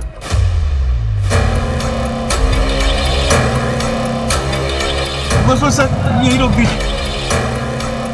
लेकिन यहाँ पे तो कोई दवाखाना नहीं है। इस पगडंडी के आगे एक छोटा सा गांव है, वही दवाखाना है सर।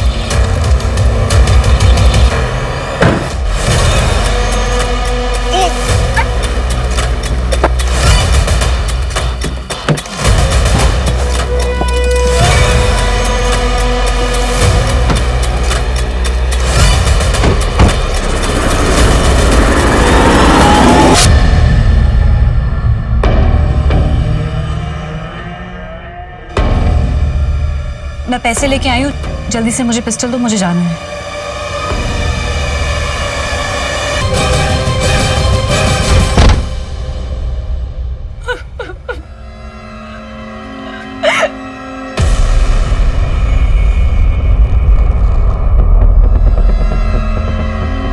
सर, उन बच्चों के पास विपिन नाम का एक आदमी आता है, शायद उनके माँ का दूर के रिश्तेदार है। माँ बाप के मरने के बाद से वही उनका ख्याल रखता है। थैंक यू सर, एक नई इंफॉर्मेशन मिली।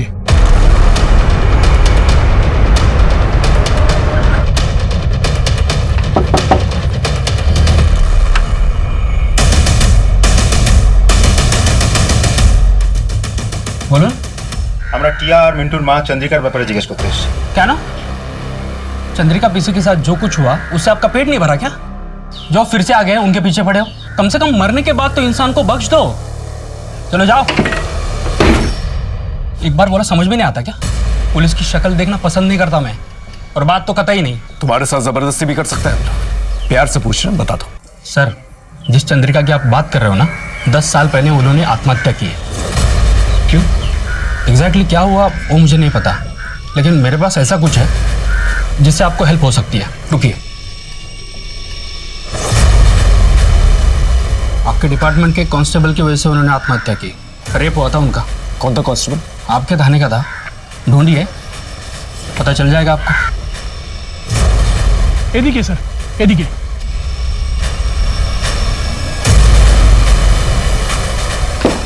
मिंटू, टिया। अरे सर आप? मिंटू का है? मिंटू? हाँ। कैसे हो बेटा? दीदी। घबराने की जरूरत नहीं, ये लो, मैं तुमसे दोस्ती करना है। ले लो, ले लो। ये लो। बेटा तुम यहाँ पर अकेले रहते हो? हाँ। विपिन दादा के अलावा और कोई नहीं आता तुम लोगों से मिलने? नहीं। देखो बेटा, कभी भी कोई भी प्रॉब्लम हो ना तो पुलिस स्टेशन आ जाना, ठीक है? मुझसे मिलना। पुलिस अंकल, क्या आपका नंबर मिल सकता है? मेरा नंबर क्यों चाहिए तुम्हें? ये आपके लड़के ना मुझे बहुत परेशान करते हैं, तो अगली बार परेशान करेंगे तो मैं आपको फोन करूंगा और उन्हें बताऊंगा कि मेरे पास पुलिस अंकल है, तो सब डर जाएंगे। ठीक है, ख्याल रखना।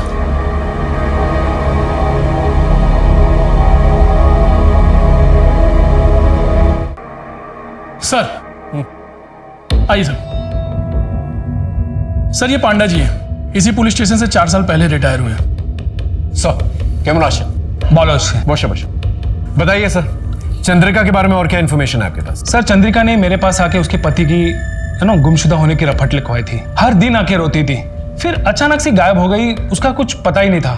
कुछ दिनों बाद उसका एक दूर का रिश्तेदार एक खत लेकर आया और कहने लगा कि चंद्रिका के साथ प्रशांत मित्र नाम के एक हवलदार ने रेप किया और इस सदमे में आके चंद्रिका ने आत्महत्या कर ली। पर सर, इस प्रशांत मित्र नाम का कोई भी हवलदार हमारे थाने में नहीं था। हमने काफी छानबीन की, फिर उसके बाद इस फाइल को बंद कर दिया। सर, ये रही उस केस की फाइल। सर, डॉक्टर का मैसेज आया, परवेज क्लीनर को होश आ गया है।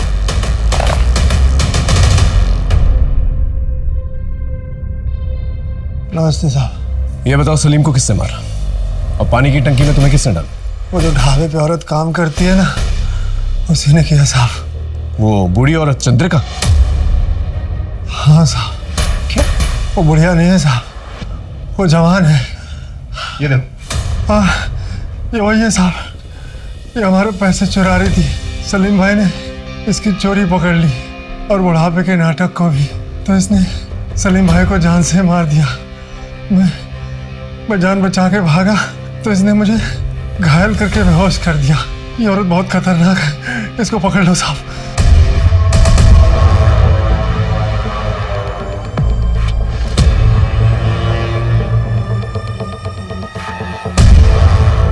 उफ, क़यामत है।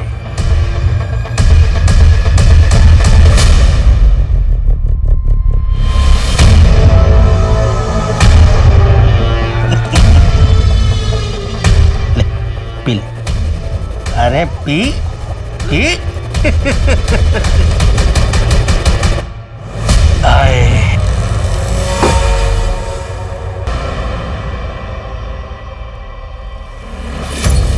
मुझे देख के रास्ता खाली किया कर। क्यों? रास्ता तूने खरीद लिया है क्या? ज्यादा ऊंची आवाज में बात मत कर, बाबा को बुला दूंगा। अब मैं तेरे बाबा से डरता नहीं हूँ, क्योंकि अब मेरे पास पुलिस अंकल है। ये ज्यादा फेंक मत। सबूत चाहिए? तू तेरे बाबा का फोन लेकर मेरे घर पे आ, पुलिस अंकल से वीडियो कॉल करके दिखाता हूँ।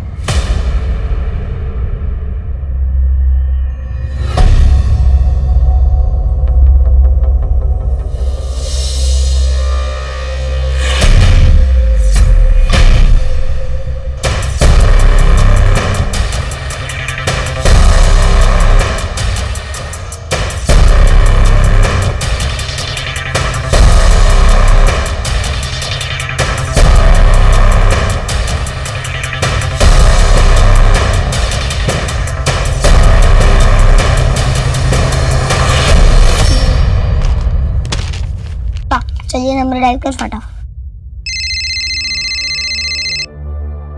वीडियो को। अरे मिंटू। जय हिंद सर। कोई प्रॉब्लम? नहीं सर, ऐसे ही फोन किया। अरे मिंटू, ऐसे फोन मत किया करो। हाँ, कोई प्रॉब्लम होगी तो जरूर फोन करना, मैं तुम्हारी हेल्प करूंगा। ओके, अपनी पढ़ाई पे कंसंट्रेट करो। हाँ सर। ठीक है। एक मिनट मिंटू, वो पीछे तुम्हारे जो फोटोग्राफ है, जरा उसके पास जाना, दिखाना मुझे। ये तुम्हारी फैमिली फोटोग्राफ है ना? हाँ सर।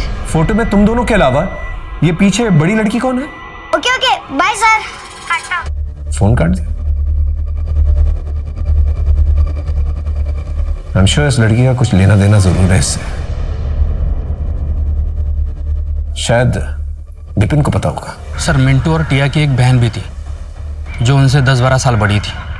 बचपन से उसकी दिमागी हालत खराब थी, इसलिए उसको मेंटल असाइलम में डाला था। सिर्फ चंद्रिका जानती थी कि वो लड़की कहाँ है और कैसे है। चंद्रिका के मरने के बाद मैंने भी उस लड़की को ढूंढने की कोशिश नहीं की, क्योंकि पहले से 2 बच्चे मैं पाल रहा था। वो बहुत बड़ी बात थी मेरे लिए। ठीक है, कोई भी खबर मिले तो प्लीज हमें बताना। जा। राजीव ये झूठ बोल रहा है। आसपास के मेंटल असाइलम से पता करो, और ये जितने भी पड़ोसी है ना, उनसे पूछताछ करो। कोई ना कोई तो जरूर कुछ जानता होगा। Right sir.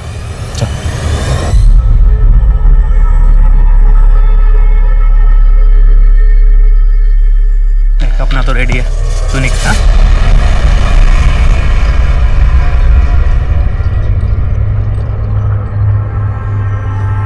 क्यों सेठ,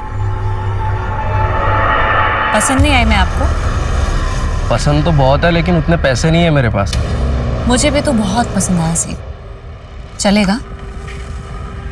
चल आओ सेठ। अरे आओ ना।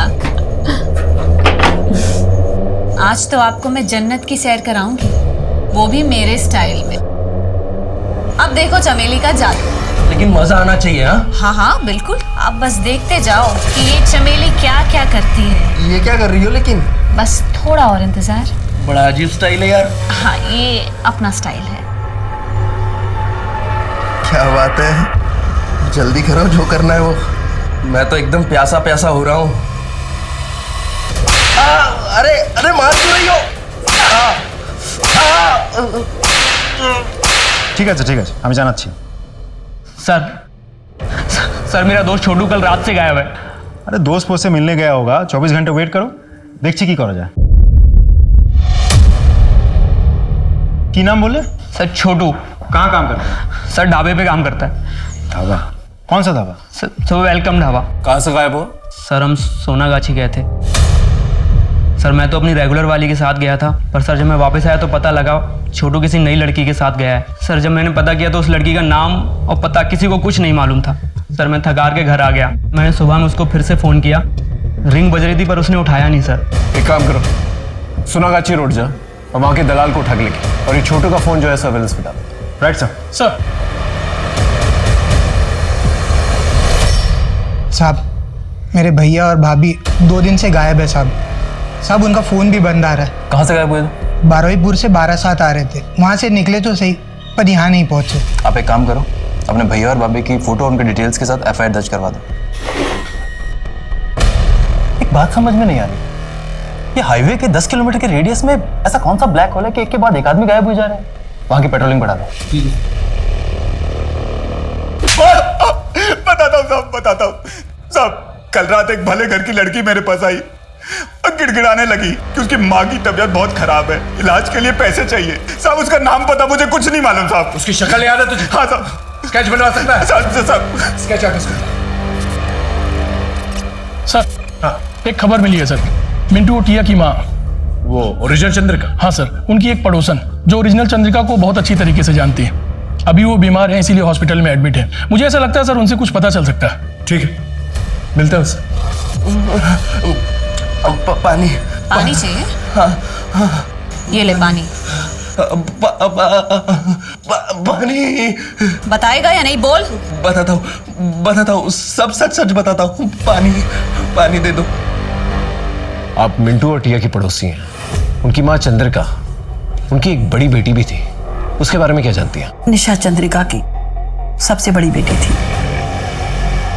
वो बहुत ही टैलेंटेड लड़की थी, शांति निकेतन पढ़ने जाती थी। चंद्रिका का पति एक ट्रक ड्राइवर था, अच्छा खासा कमा लेता था। 10 साल पहले चंद्रिका का पति और ट्रक दोनों गायब हो गए। चंद्रिका के ऊपर और उसके परिवार के ऊपर दुख का पहाड़ टूट पड़ा। चंद्रिका अपने पति की पूछताछ करने के लिए पुलिस स्टेशन जाया करती थी। उसके साथ 1-2 बार मैं भी गई थी। साहब আমার ঘরে ছোট ছোট বাচ্চা, যদি पति ना मिला तो वो अनाथ हो जाएंगे। अरे हमने कहा नाम पूछताछ कर रहे हैं, जब पता चल जाएगा घर पे आके बता देंगे। कौन जाओ। ऐसे में एक दिन पुलिस स्टेशन के बाहर उसे एक हवलदार मिला। अरे चंद्रिका जी नमस्ते, मैं प्रशांत मित्रा, इसी पुलिस स्टेशन में कांस्टेबल हूँ। चंद्रिका जी बहुत दिनों से देख रहा हूँ कि आप अपने पति को लेकर बहुत परेशान हैं। मैं आपकी मदद करना चाहता हूँ, आपके पति शरद को ढूंढने में पूरी मदद करूँगा मैं। आप मुझे मेरे घर पर आके मिलेंगी करीब शाम को 7 बजे। हाँ हाँ ठीक है।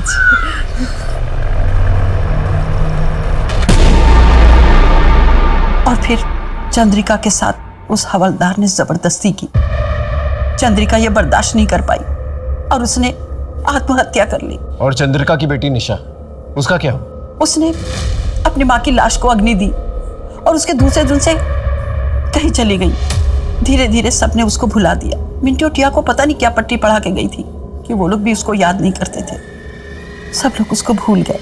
लेकिन साहब मैं कहती हूँ वो निशा जरूर वापस आएगी। सर हाँ, सोनागाछी वाली लड़की का स्केच बन गया सर। ये रहा, दिखाइए सर। क्या आप इस लड़की को पहचानती हैं? ये तो निशा है, चंद्रिका की बड़ी बेटी। ये इतनी बड़ी हो गई। Thank you so much. Sir ये तो वही लड़की है जिसने बुढ़िया बन के चंद्रिका के नाम से ढाबे पे काम करना शुरू किया था। इसका मतलब निशा चंद्रिका अपनी माँ का आधार कार्ड यूज कर रही थी अपना फोटो डाल के और ढाबे पे काम कर रही थी। लेकिन क्यों? वो अपने माँ बाप का बदला लेना चाहती थी, लेकिन किससे? आखिर निशाने पे था कौन? कुछ तो वजह होगी। सर छोटू का मोबाइल सर्वेलेंस शुरू हो गया है और सारे कोऑर्डिनेट्स डायरेक्ट यहाँ शेयर हो रहे हैं। एक काम करो, परवेज के पास जो कांस्टेबल खड़ा ना उसे अलर्ट करो जल्दी। नहीं सर, फोन स्विच ऑफ आ रहा है। चलो।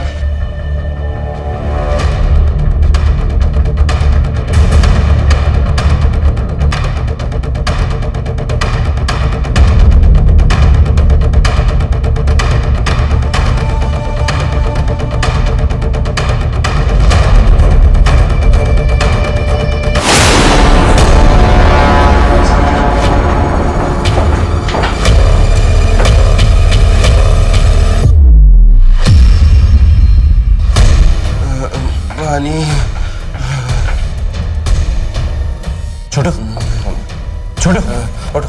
हाँ आराम से वो लड़की कहाँ है जिसने तुम्हारा ये हाल किया?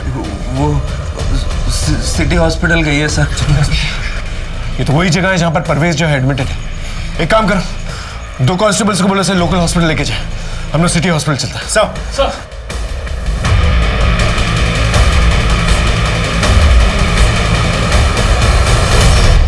निशा गोली मत चलाना।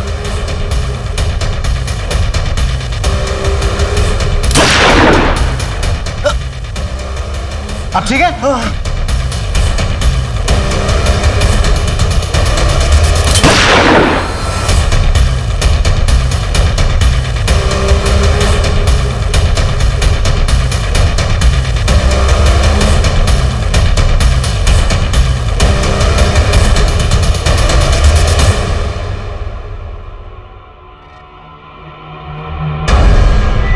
तुम मुझे गोली भी मार सकती थी और वहां से भाग भी सकती थी।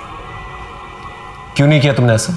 सर आपने मुझे पहली बार थोड़ी पकड़ा है। मैंने पहले भी देखा है।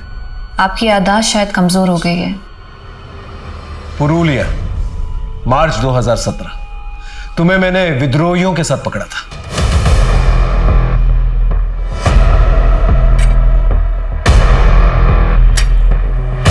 इन राइफल्स को वैन में रखो।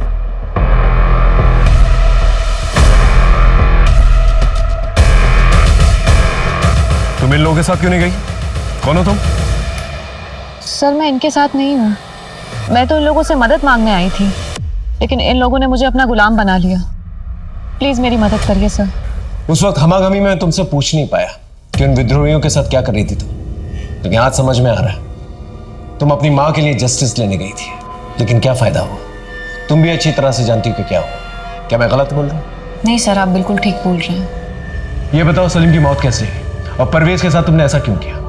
सर माँ का बलात्कार करने वाला चाहे कांस्टेबल हो, विरोधी या फिर ट्रक ड्राइवर। लेकिन तुमने भेस क्यों बदला, आइडेंटिटी क्यों बदली, और तो और छोटू को किडनैप किया, परवेज पे गोली चलाई? तुम्हारी हिस्ट्री में मानता हूं, लेकिन ये सब तुमने किया क्यों? सर मेरे बाबा उस ढाबे के आसपास से गायब हुए थे। वो अक्सर वहाँ खाना खाने जाते थे। वहाँ काम करने वाले छोटू की भी बहुत तारीफ करते थे वो। जिस दिन वो गायब हुए थे उन्होंने हमें फ़ोन भी किया था, लेकिन उसके बाद ना फिर हमारे बाबा मिले और ना ही उनका फ़ोन ट्रैक हो पाया। सर बाबा के गायब होने के तार उस ढाबे से जुड़े हुए थे, इसीलिए मैं भेस बदल के वहाँ काम करने गई थी। छोटू को क्यों किडनैप किया? छोटू ही मेरे लिए लास्ट प्रूफ था। छोटू से क्या जानकारी मिली तुम्हें? उसने बेहोश होने से पहले डॉक्टर प्रसाद का नाम लिया था। पता नहीं सर, वो 10 साल पहले हुए किसी हादसे के बारे में पूछताछ कर रही थी। और सर ढाबे पे रोजाना इतने लोग आते हैं, सबका नाम थोड़ी ना याद रखेंगे सर। तो तूने डॉक्टर प्रसाद का नाम क्यों लिया था? सर मैं जानता था वहाँ परवेज को भर्ती किया गया है और ज़रूर वहाँ पे पहरा होगा। इस वजह से सर अपने आप को बचाने के लिए और उस बला को फंसाने के लिए सर मैंने डॉक्टर प्रसाद का नाम लिया था। एक के बाद एक राज खुल रहे थे, लोगों के चेहरों से नकाब हट रहे थे, लोगों की पहचानें सामने आ रही थी। एक अपहरण से शुरू हुआ अपराधों का ये सिलसिला लेकिन अभी भी जारी था। पुलिस सारी कोशिश कर रही थी, लेकिन न तो अपराध रुक रहे थे और न ही असली मुजरिम सामने आ रहा था। ऐसा लग रहा था जैसे पुलिस डेड एंड पे आ गई है। लेकिन अचानक ऐसा कुछ हुआ जिसने तहकीकात को एक नया मोड़ दे दिया। जैन सर। जैन, बोलो विनोद। सर एक्चुअली केस के सिलसिले में आपसे ज़रूरी बात करना है सर। सर पिछले कुछ महीनों से हमारे एरिया से गुजरने वाले हाईवे से लोग बड़े रहस्यमय तरीके से गायब हो रहे हैं। और सर सिर्फ लोग ही नहीं, बल्कि उनकी गाड़ियाँ, उनके सामान और बच्चे तक सब कुछ वैनिश हो रहा है सर। और सर हमें समझ तक नहीं आ रहा है आखिर माजरा क्या है। वो हाईवे हमारी जुरिडिक्शन से भी गुजरता है ना? हाँ सर, इसलिए मैं आपसे मिलने आया। महेंद्र, एक काम करो, हाईवे की एंट्री पॉइंट पे ना नाकाबंदी करवा दो और तुम अपने एग्जिट पॉइंट पे और आने जाने वाले जितने भी लोग हैं उनका एक रजिस्टर मेंटेन करो और आपस में मैच करो। उस पूरे एरिया में पेट्रोलिंग बढ़ा दो। जितनी भी दुकानें हैं, ढाबे हैं, सबको चेक करो। ये कोई बर्मुडा ट्रायंगल तो है नहीं कि गाड़ी समेत इंसान गायब हो जाए। एक मिनट। हाँ बोलूं? जैन जी, पटना से एक क्रिमिनल जो है हमारे एरिया में पैरोल जम करके आया है, उसे पकड़ना है। सीआईडी की इंफॉर्मेशन।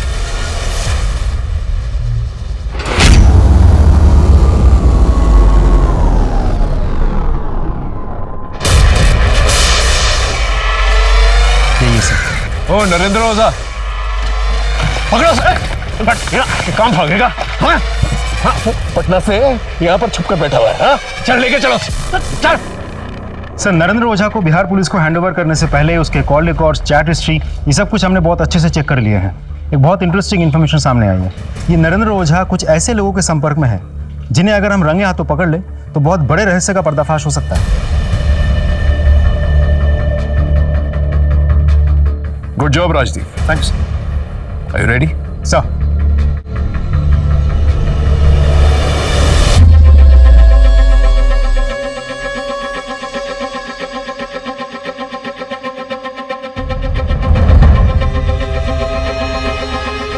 सॉरी सर, वो वेटर आज हॉस्पिटल में, मैं ही ऑर्डर लूंगा। बताइए क्या लाऊं आपके लिए? एक चिकन डबल और 2 बियर चिल्ड वाली। ठीक है, मैं लेकर आता हूँ। आज कितनी सवारी? अब 12 तक जाना है। इतनी रात गए अकेले निकलेंगे? वो क्या है ना, साहब को शादी में छोड़ने गया था।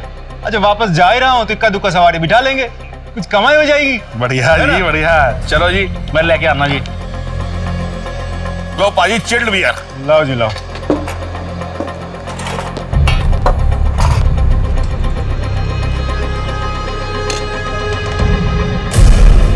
वो कितने गए पाजी? आया जी आया। दसो जी, कितने पे हैं? 900 रुपये हो जी। लो जी।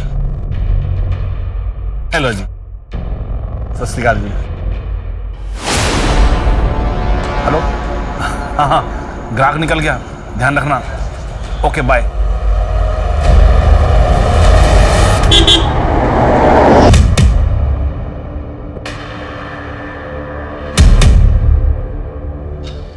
पाजी वो 12 तक जाना है, छोड़ देंगे? अरे बिल्कुल छोड़ देंगे, बैठो जी। पाजी एक कॉल कर दूं? कर लो कर लो। हेलो, हाँ हमें गाड़ी मिल गई है। ठीक है, हम सीधे घर में आके खाना खाएंगे। बैठ जाओ।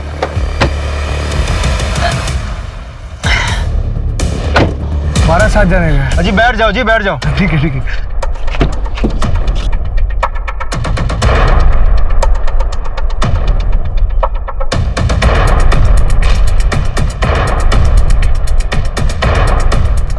पापा जी थोड़ा साइड कर दीजिए, बहुत जोर की पेशाब लगी है। अरे कोई गल नहीं जी, हम भी हल्का हो लेते हैं। हाँ हाँ जी हाँ जी।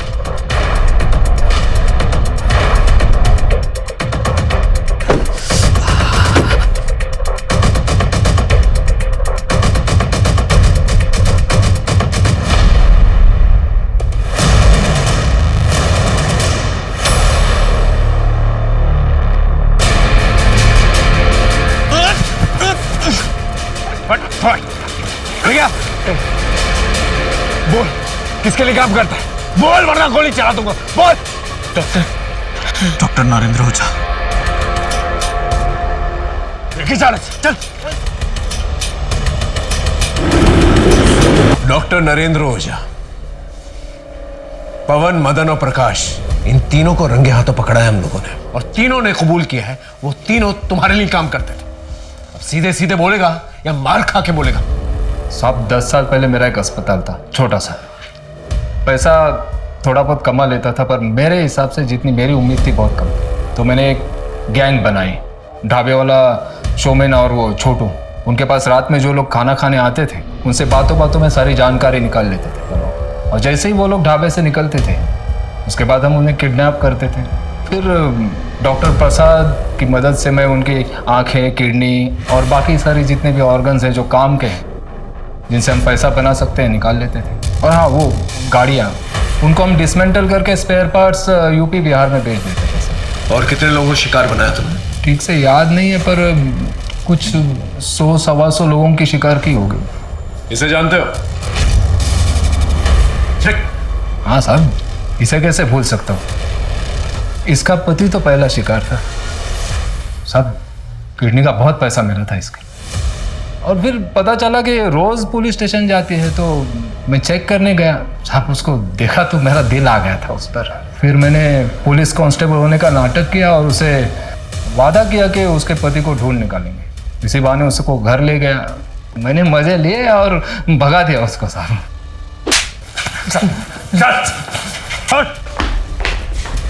ये है वो जिसने तुम्हारे बाबा को मारा है और तुम्हारी मां के साथ अत्याचार किया। ये मन तो कर रहा है इसे मैं तुम्हारे हवाले कर दूं, लेकिन लोगों का कानून पे से विश्वास ना उठ जाए, इसलिए ये साला जो है ना, सीधा यहां से जेल जाएगा। और मैं तुमसे वादा करता हूं कि मैं पूरी कोशिश करूंगा कि कोर्ट इसे कम से कम फांसी की सजा दिलवाए। चल चल। निशा के आंसू रुके या नहीं पता नहीं। डॉक्टर ओझा का रैकेट पुलिस ने नेस्तनाबूद कर दिया। यह आवश्यक है कि हम अपने परिवारजनों को किसी भी अपराध का शिकार होने से बचाएं। लेकिन अगर दुर्भाग्यवश कोई अपराध हो जाए तो पुलिस का सहारा लेना, न्याय का सहारा लेना भी उतना ही जरूरी है, क्योंकि कानून खुद के हाथों में लेने से आपकी अपनी जिंदगी तो बर्बाद होती है, साथ ही आपके अपने भी बदले की आग में झुलसते हैं। एक अपराधी के लिए उसका विक्टिम सिर्फ उसके लिए एक शिकार होता है, लेकिन ये शिकार किसी की माँ, किसी की बहन, किसी की बेटी, किसी का पति, किसी के परिवार का हिस्सा होता है। पीड़ा उस शिकार से ज्यादा उसके परिवार को होती है। इसी सीख के साथ मैं दिव्यांका त्रिपाठी दहिया अब लेती हूँ आपसे विदा। फिर मिलूंगी अपराध की नई कहानी के साथ। तब तक देखते रहिए क्राइम पेट्रोल सतर्क, विमेन अगेंस्ट क्राइम। एक औरत पर वार, अब हर औरत का भार। जय हिंद। इस तरह के और भी एपिसोड देखने के लिए हमारे चैनल को सब्सक्राइब करें और बेल आइकन दबाना ना भूलें।